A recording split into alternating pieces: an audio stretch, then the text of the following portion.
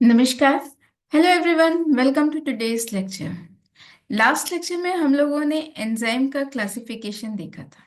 Classification के बाद आता है इसका स्ट्रक्चर। तो आज के लेक्चर में हम लोग इसके स्ट्रक्चर को डिस्कस करेंगे। तो चलिए आज का लेक्चर स्टार्ट करते हैं। एंजाइम के स्ट्रक्चर को समझने के लिए जो कंटेंट आज के लेक्चर में हम कवर करेंगे वो है brief introduction, structural component of enzymes, then enzyme का प्राइमरी, सेकेंडरी, टर्शरी और क्वाaternary स्ट्रक्चर।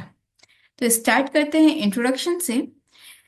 ये तो हम सबको पता है कि एंजाइम क्या करते हैं, they speed up the chemical reaction. और किस तरीके से स्पीड अप करते हैं, by lowering the activation energy. Last lecture में हम लोगों ने एंजाइम के एप्लीकेशंस देखे थे डाइवर्स फील्ड में। लेकिन अगर हम सिर्फ बायोलॉजिकल प्रोसेस में इनके एप्लीकेशन देखें तो वो भी नंबर ऑफ एप्लीकेशन हैं, जिनमें से कुछ यहाँ पे डिस्कस करते हैं। फर्स्ट ऑफ ऑल कि enzyme act as catalyst for various biochemical reactions. अब वो चाहे बायोल्यूमिनेंस की बात हो या डिटॉक्सिफिकेशन की बात हो, ये कैटलिस्ट की तरीके से काम कर रहे हैं बायोकेमिकल रिएक्शंस में। देन जो बायोसिंथेसिस हो रही है वेरियस मॉलिक्यूल्स की, जैसे प्रोटीन सिंथेसिस या और जो मेटाबोलाइट्स, प्राइमरी और सेकेंडरी मेटाबोलाइट्स बन रहे हैं, उनकी जो बायोसिंथेसिस हो रही है उसमें इन्वॉल्व होते हैं। देन जो मेटाबॉलिक रिएक्शंस हैं, चाहे वो कैटाबॉलिक हो या एनाबॉलिक हो, उनमें ये इंपॉर्टेंट रोल प्ले करते हैं। फिर रिएक्शन के साथ साथ जो मेटाबॉलिक पाथवेज हैं उनका जो रेगुलेशन है, उसमें एंजाइम इंपॉर्टेंट रोल प्ले करते हैं।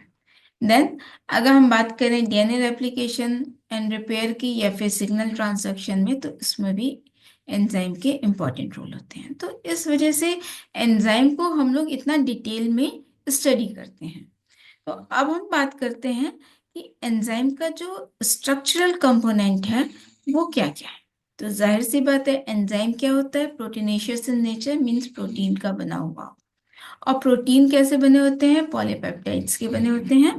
तो पॉलीपेप्टाइड की चेन होगी, प्रोटीन का बैकबोन, जिसमें क्या होगा, पॉलीपेप्टाइड की चेन होगी। चेन किससे बनी होगी, अमीनो एसिड से। और अमीनो एसिड किस तरीके से जुड़े होंगे, पेप्टाइड बॉन्ड से। और फाइनली वो किस तरह का स्ट्रक्चर बना रहे होंगे, एक थ्री डायमेंशनल स्ट्रक्चर डेवलप करते हैं एंजाइम का। ये जो स्ट्रक्चर डेवलप हुआ है, इसमें क्या होगा, कुछ एक्टिव साइट्स होंगी, क्योंकि पहले भी हम लोगों ने डिस्कस किया था। तो ये बात थी कि कोई भी सबस्ट्रेट एंजाइम पे कहीं पे भी नहीं अटैच होगा, कुछ एक स्पेसिफिक पॉइंट होगा जहां पे कि सबस्ट्रेट जो है वो एंजाइम से जाके बाइंड कर रहा होगा। अब ये स्पेसिफिक साइट्स हमारी क्या कहलाएंगी, एक्टिव साइट्स या फिर कैटालिटिक साइट। जैसे कि फिगर में दिख रहा है कि ये जो ब्लू कलर से देखिए एक शेप बना हुआ है, ये एक्टिव साइट को बता रहा है। और इसी एक्टिव साइट पे कोई एक स्पेसिफिक सबस्ट्रेट बाइंड करेगा। As a result reaction complete होगी और फाइनली हमको प्रोडक्ट देखने को मिलेगा, या रिएक्शन का जो भी आउटपुट होगा वो देखने को मिलेगा। वहीं एक्टिव साइट के अलावा और एंजाइम की सरफेस पे क्या हो सकते हैं, एलोस्टेरिक साइट्स या फिर रेगुलेटरी साइट्स, जहां पे ये एक्टिवेटर और इनहिबिटर जैसे मॉलिक्यूल्स अटैच होते हैं। जैसे कि यहाँ फिगर में दिखाया गया है, ये जो पिंक कलर की साइट दिख रही है ये रेगुलेटरी साइट है। और इस फिगर में जैसे यहाँ पे इनहिबिटर मॉलिक्यूल अटैच हुआ है। अब इनहिबिटर के अटैच होने पे क्या हो रहा है कि जो एक्टिव साइट था उसके स्ट्रक्चर में चेंजेस आ गए। एज अ रिजल्ट अब ये सबस्ट्रेट यहाँ पे बाइंड नहीं हो पाएगा और फाइनली हमको प्रोडक्ट देखने को नहीं मिलेगा। इसके अलावा एंजाइम के कंपोनेंट में कोफैक्टर और को एंजाइम्स आते हैं। ये क्या होते हैं, ये नॉन प्रोटीन कंपोनेंट हुआ।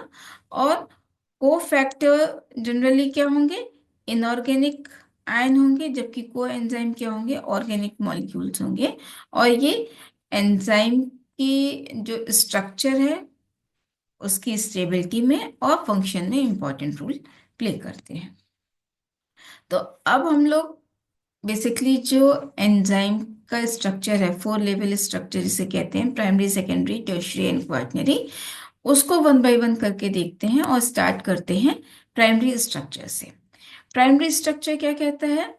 It refer to the linear sequence of amino acid in polypeptide chain. और ये अमीनो एसिड कैसे जुड़े होंगे? They are linked by peptide bonds. अब ये जो सीक्वेंस हमारा बन रहा है उसमें यही सीक्वेंस क्यों होगा? मीन्स कि अगर एलानिन के बाद ग्लाइसिन अटैच है तो यही क्यों होगा, कोई और अमीनो एसिड क्यों नहीं? तो ये डिसाइड करता है वो जीन जो कि इस एंजाइम को इनकोड कर रहा होता है। अब हम देखते हैं कि वो की फीचर्स क्या हैं एंजाइम्स के। तो जाहिर सी बात है, सबसे पहली चीज कि जो प्राइमरी स्ट्रक्चर होगा एंजाइम का, उसमें क्या होगा? अमीनो एसिड का सीक्वेंस होगा, ये हमें पता है। अमीनो एसिड के सीक्वेंस से हमें क्या पता चलेगा कि जो सी टर्मिनस है वहां पे कौन सा अमीनो एसिड है, या फिर जो एन टर्मिनल है वहां पे कौन सा अमीनो एसिड है। और सी टर्मिनल और एन टर्मिनल के बीच में कितने अमीनो एसिड प्रेजेंट है, means N terminal amino acid, C terminal amino acid, number of amino acid and sequence of amino acid, ये हमको प्राइमरी स्ट्रक्चर से पता चल रहा है। इसके अलावा स्ट्रक्चर में पेप्टाइड बॉन्ड प्रेजेंट होगा। पेप्टाइड बॉन्ड कैसे बन रहा होगा? Carbonyl group of one amino acid and the amino group of next amino acid, इनके बीच में पेप्टाइड बॉन्ड होंगे। अब ये जो सीक्वेंस बना है, एक तरीके से चेन जो बनी है, ये चेन स्टार्ट होगी अमीनो ग्रुप से, यानी एन टर्मिनल से स्टार्ट हो रही होगी और एंड कहाँ पे होगी? सी टर्मिनल्स पे हो एंड होगी। अब जो प्राइमरी स्ट्रक्चर है उसकी इम्पोर्टेंस क्या है? तो जाहिर सी बात है, क्योंकि प्राइमरी स्ट्रक्चर से ही फर्दर उसमें फोल्डिंग होगी, as a result of which कि आपका सेकेंडरी और टर्शियरी और क्वाaternary स्ट्रक्चर बन रहा है। तो इस वजह से प्राइमरी स्ट्रक्चर इंपॉर्टेंट हुआ, क्योंकि अगर इसके सीक्वेंस में कोई भी चेंज आया, सपोज जैसे कि हम कहते हैं कि म्यूटेशन है, तो as a result of mutation sequence में चेंज आया, जिसकी वजह से हो सकता है कि फोल्डिंग में चेंज आ जाए, या स्टेबिलिटी में चेंज आए, या उसकी एक्टिविटी में चेंज आए। और ये भी पॉसिबल है कि एंजाइम का जो बेसिक फंक्शन है वो फंक्शन एंजाइम ना प्ले कर पाए। एज अ रिजल्ट कोई डिजीज हो सकती है हमको। तो प्राइमरी स्ट्रक्चर इसलिए इम्पॉर्टेंट होता है। देन प्राइमरी स्ट्रक्चर से क्या डेवलप होगा? Secondary structure. सेकेंडरी स्ट्रक्चर में क्या क्या चीजें आएंगी? It refers the localised folding pattern within a polypeptide chain. और ये जो पैटर्न बन रहे हैं, ये पैटर्न कैसे स्टेबलाइज्ड हो रहे हैं? हाइड्रोजन बॉन्ड से, जो कि अमीनो एसिड के बीच में बन रहे हैं। और ये जो स्ट्रक्चर बना है सेकेंडरी स्ट्रक्चर, वो एक तरीके से फ्रेमवर्क देता है एंजाइम को कि उसका टर्शरी स्ट्रक्चर डेवलप हो सके। अब सेकेंडरी स्ट्रक्चर के इटसेल्फ अपने कुछ की फीचर होते हैं। वो की फीचर्स क्या क्या हो गए कि इसमें हमको अल्फा हेलिक्स देखने को मिलेगा, बीटा शीट्स देखने को मिलती हैं, टर्न और लूप देखने को मिलते हैं। और ये जो स्ट्रक्चर है वो किससे स्टेबलाइज हो रहे हैं? हाइड्रोजन बॉन्ड से स्टेबलाइज हो रहे हैं। वन बाय वन हम देखते हैं कि अल्फा हेलिक्स क्या होते हैं। अल्फा हेलिक्स स्ट्रक्चर वाइज अगर हम देखें तो कॉइल स्प्रिंग लाइक स्ट्रक्चर होगा, जो कि हाइड्रोजन बॉन्ड से स्टेबलाइज हो रहे होंगे, और ये एवरी फोर्थ अमीनो एसिड से बनेंगे। देन साइड चेन जो होगी वो आउटवर्ड की तरफ होगी, ताकि कोई स्टेरिक क्लैशेस ना हो पाए। फर्दर अगर इनकी प्रॉपर्टी पे देखें तो जो हेलिक्स होगा वो फ्लैक्सिबल होगा, और जनरली ये ट्रांस मेम्ब्रेन डोमेन में देखने को मिलते हैं। और एग्जाम्पल में देखें तो जैसे मायोग्लोबिन और हीमोग्लोबिन, इनके जो अल्फा हेलिक्स हैं वो इनके स्ट्रक्चर को स्टेबिलिटी प्रोवाइड करते हैं। स्ट्रक्चर वाइज अगर हम देखें तो हम ये कह सकते हैं कि हाँ, जो ईच टर्न होगा अमीनो एसिड का, ये जो ईच टर्न बन रहा है उसमें कितने अमीनो एसिड प्रेजेंट होंगे? 3.6। और पिच जो होगी, पिच क्या है? डिस्टेंस पर टर्न। ये पिच कितनी होगी? 5.4।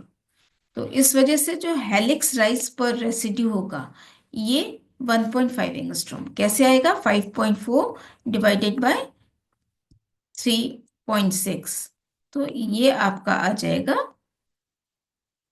1.5 एंगस्ट्रॉम। और यहाँ पे जो फाई और साई एंगल होंगे वो कितने के होंगे? 60 डिग्री के होंगे। तो ये तो हुआ अल्फा हेलिक्स। अल्फा हेलिक्स के अलावा क्या आया था? Beta sheets. बीटा शीट्स क्या थे? पॉलीपेप्टाइड के जो कोई भी रीजन, पॉलीपेप्टाइड चेन जो है उसमें two region of a polypeptide chain which are align next to each other forming a sheet like structure. अब या ये जो स्ट्रक्चर है ये कैसे स्टेबलाइज हो रहे हैं? हाइड्रोजन बॉन्ड के थ्रू, जो कि कार्बोनिल ऑक्सीजन एक शीट में और एमाइड हाइड्रोजन जो एडजेसेंट शीट स्ट्रैंड होगा उसमें, उसके बीच में ये बन रहे होंगे। और इन्हीं हाइड्रोजन बॉन्ड से ये जो शीट वाला स्ट्रक्चर है ये स्टेबल होगा। अब बीटा शीट दो तरीके से बन सकते हैं। एक पैरेलल हो सकते हैं जिसमें कि जो डायरेक्शन होगी एन और सी टर्मिनल की वो सेम होगी, और दूसरे एंटी पैरेलल हो सकते हैं जिसमें एन और सी टर्मिनल की जो डायरेक्शन है वो अपोजिट आ रही होगी। अब जो पैरेलल बीटा शीट्स होंगी they are slightly less stable than anti parallel sheets. यहाँ पे नेक्स्ट अगर हम बात करते हैं शीट्स के अलावा क्या आ रहा था? टर्न और लूप। तो टर्न क्या थे? Turn are the short segment of polypeptide chain, जो कि चेन की जो डायरेक्शन है उसको रिवर्स कर रहे हैं। जनरली ये 4 अमीनो एसिड रेसिड्यूज के बने होते हैं और स्टेबलाइज किससे हो रहे होते हैं? हाइड्रोजन बॉन्ड से। और ये हाइड्रोजन बॉन्ड किसके बीच में बन रहे होते हैं? फर्स्ट एंड फोर्थ रेसिड्यू के बीच में ये बनते हैं। अब अगर हम इन टर्न को देखें तो फर्दर ये अल्फा बीटा गामा इस तरह की क्लासेस में क्लासिफाइड होते हैं। अब किस तरीके से ये क्लासिफिकेशन किया जाता है? Number of amino acid between the backbone of hydrogen bond, या फिर डाइहेड्रल एंगल ऑफ रेसिड्यूज। ना, टर्न के अलावा क्या हो गए? लूप। लूप में क्या आ जाएगा? लूप जो होंगे वो लॉन्गर होंगे इन कंपैरिजन टू टर्न, और ये मोर फ्लैक्सिबल होते हैं। जनरली ये सेकेंडरी स्ट्रक्चर को कनेक्ट करते हैं, यानी कि non repetitive structure that connect the alpha helix and beta sheet, इनको जो कनेक्ट कर रहे होते हैं वो लूप होते हैं, और जनरली एंजाइम की सरफेस पे प्रेजेंट होते हैं। अब अगर हम इनके फंक्शन की बात करें कि टर्न और लूप का फंक्शन क्या है, तो एक तो अभी हमने देखा कि ये क्या कर रहे हैं? Connect the alpha helix and beta sheets. Then अगर हम फंक्शनल रोल की बात करें तो they play important role in protein protein interaction.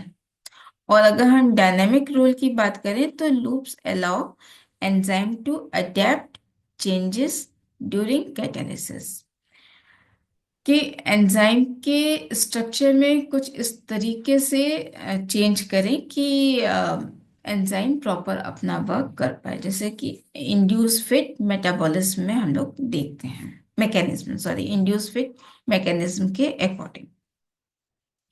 तो ये तो था टर्न और लूप की बात। तो इस तरह का जो सेकेंडरी स्ट्रक्चर डेवलप हुआ, अब इन सेकेंडरी स्ट्रक्चर से कौन सा स्ट्रक्चर डेवलप होगा? Tertiary structure. तो टर्शियरी स्ट्रक्चर में क्या क्या आएंगे?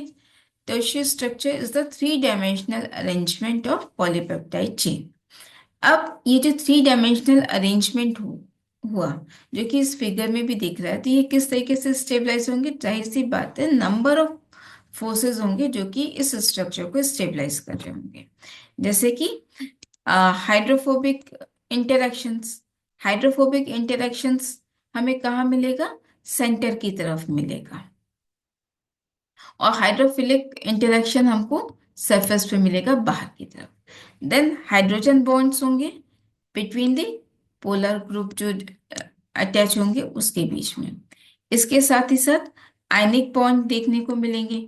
आयनिक बॉन्ड कहाँ मिलेंगे? जो चार्ज आयन होंगे वहां पे आयनिक बॉन्ड देखने को मिलेंगे। देन डाइसल्फाइड ब्रिजेस देखने को मिलेंगे, सॉल्ट ब्रिज हो गए। तो इस तरीके से ये बॉन्ड हैं जिनसे कि टर्शरी स्ट्रक्चर को स्टेबिलिटी मिलती है। टर्शरी स्ट्रक्चर के बाद आया क्वाaternary स्ट्रक्चर। तो क्वाaternary स्ट्रक्चर में क्या होंगे कि ये हायर लेवल का जो ऑर्गेनाइजेशन हुआ, जो कि मोर देन टू और more than two polypeptide chain से डेवलप होता है। अब यहाँ पे जो ईच सब यूनिट होगी, वो सब यूनिट उसका अपना प्राइमरी, सेकेंडरी और टर्शरी स्ट्रक्चर होगा, और ये सब यूनिट आपस में अटैच होके क्वाटनरी स्ट्रक्चर बना रहे होंगे। तो अगर हम देखें कि इनका स्टेप क्या होगा, किस तरीके से स्ट्रक्चर बन रहा होगा, तो जाहिर सी बात है कि इंडिपेंडेंटली सेल में क्या होगा? सब यूनिट की सिंथेसिस हो रही होगी। सब यूनिट की सिंथेसिस के बाद इनमें फोल्डिंग और रिक्वायर्ड मॉडिफिकेशन हो रहा होगा। देन सब यूनिट का एसोसिएशन हो रहा होगा कि आपस में जुड़ रहे होंगे, एंड देन स्टेबलाइज हो रहे होंगे। अब स्टेबलाइजेशन जो हो रहा है वो कैसे होगा? तो जाहिर सी बात है, कुछ कोवेलेंट और नॉन कोवेलेंट इंटरेक्शंस होंगे जो कि इसको स्टेबिलिटी प्रोवाइड करेंगे। तो ये कोवेलेंट और नॉन कोवेलेंट इंटरेक्शंस कौन से हो गए? ये हो गए आपके hydrogen bond, ionic bond, hydrophobic interaction, van der Waals and disulphide bonds. Then हम ये कह सकते हैं कि अ, जो क्वाटनरी स्ट्रक्चर है इसकी इम्पोर्टेंस क्या है? तो इम्पोर्टेंस में आता है कि जो सब यूनिट होंगी जनरली क्वाटनरी स्ट्रक्चर की, वो एक तरीके से कह लीजिए कि इम्पोर्टेंट रोल प्ले कर रहे होते हैं कि एलोस्टेरिक इंटरेक्शन में, क्योंकि हो सकता है कि जो डिफरेंट सब यूनिट्स हैं उनके बीच में वो पॉकेट हो, आपका रेगुलेटरी साइट्स मिले। देन मल्टी फंक्शनैलिटी, क्योंकि नंबर ऑफ यूनिट्स इन्वॉल्व हो रही हैं तो उसमें नंबर ऑफ साइट्स प्रेजेंट होंगी, तो मल्टी फंक्शनैलिटी एक नेक्स्ट इसकी इंपॉर्टेंस होगी। इसके बाद इंटरेक्शन बिटवीन दी सब unit provide structural stability. Enzyme को उसकी स्ट्रक्चरल स्टेबिलिटी प्रोवाइड दे करते हैं। और इन्वायरमेंटल चेंज में एंजाइम किस तरीके से अपनी स्टेबिलिटी और फंक्शनैलिटी को बनाए रखे, इसमें भी क्वाटनरी स्ट्रक्चर जो है वो इम्पोर्टेंट रोल प्ले करते हैं ना। अब हम बात करते हैं कि ये जो स्ट्रक्चर बना है वो कौन से ऐसे फैक्टर हैं जो इस स्ट्रक्चर को अफेक्ट कर सकते हैं। Factors affecting the enzyme stability और फंक्शनैलिटी। तो जाहिर सी बात है, कुछ इन्वायरमेंटल फैक्टर होंगे जैसे कि पीएच, टेम्परेचर, सॉल्ट कंसंट्रेशन या सॉल्वेंट कंसंट्रेशन। तो ये एंजाइम की स्टेबिलिटी को अफेक्ट कर सकते हैं, और स्टेबिलिटी अगर अफेक्ट हुई तो जाहिर सी बात है एंजाइम की एक्टिविटी भी अफेक्ट होगी। जैसे एक सर्टेन रेंज होगी पीएच की, उसी रेंज में ही एंजाइम मैक्सिमम एक्टिविटी शो करेगा, क्योंकि उस रेंज में वो मैक्सिमम स्टेबल होगा। सिमिलरली टेम्परेचर में भी एक रेंज देखने को मिलेगी, उसी स्पेसिफिक रेंज पे एंजाइम की एक्टिविटी मैक्सिमम होगी, अदरवाइज एंजाइम की एक्टिविटी कम हो रही होगी उस रेंज से, अगर टेम्परेचर कम है तब भी और टेम्परेचर ज़्यादा है तब भी। तो इसी तरीके से ये तो इन्वायरमेंटल फैक्टर हुए, इसके अलावा कुछ केमिकल फैक्टर्स भी हो सकते हैं, जैसे कि कोफैक्टर या कोएंजाइम या post translational modification, redox condition, presence of any inhibitors, जो कि एंजाइम की स्टेबिलिटी को अफेक्ट करेंगे। इसके साथ साथ बायोलॉजिकल और मॉलिक्यूलर फैक्टर्स भी हो गए, जैसे कि म्यूटेशन। अगर म्यूटेशन हो गया तो हो सकता है कि एंजाइम का जो स्ट्रक्चर है, मींस फोल्डिंग चेंज हो जाए, फोल्डिंग चेंज हो रही है तो हो सकता है स्टेबिलिटी पे इफेक्ट पड़े, या molecular crowding, presence of chaperones and ageing और ऑक्सीडेटिव स्ट्रेस, ये कुछ ऐसे फैक्टर्स हुए जो कि एंजाइम की स्टेबिलिटी को अफेक्ट करते हैं ना। ये तो है कंप्लीट इसके स्ट्रक्चर की बात, जो कि बेसिक एंजाइम का स्ट्रक्चर जानने में हेल्पफुल होगा। तो अगर हम इसका ओवरऑल एक लुक लें, समरी, तो हम ये कह सकते हैं कि एंजाइम का जो स्ट्रक्चर है वो 4 लेवल का स्ट्रक्चर हुआ, जिसमें प्राइमरी स्ट्रक्चर, सेकेंडरी, टर्शरी और क्वाटरनरी।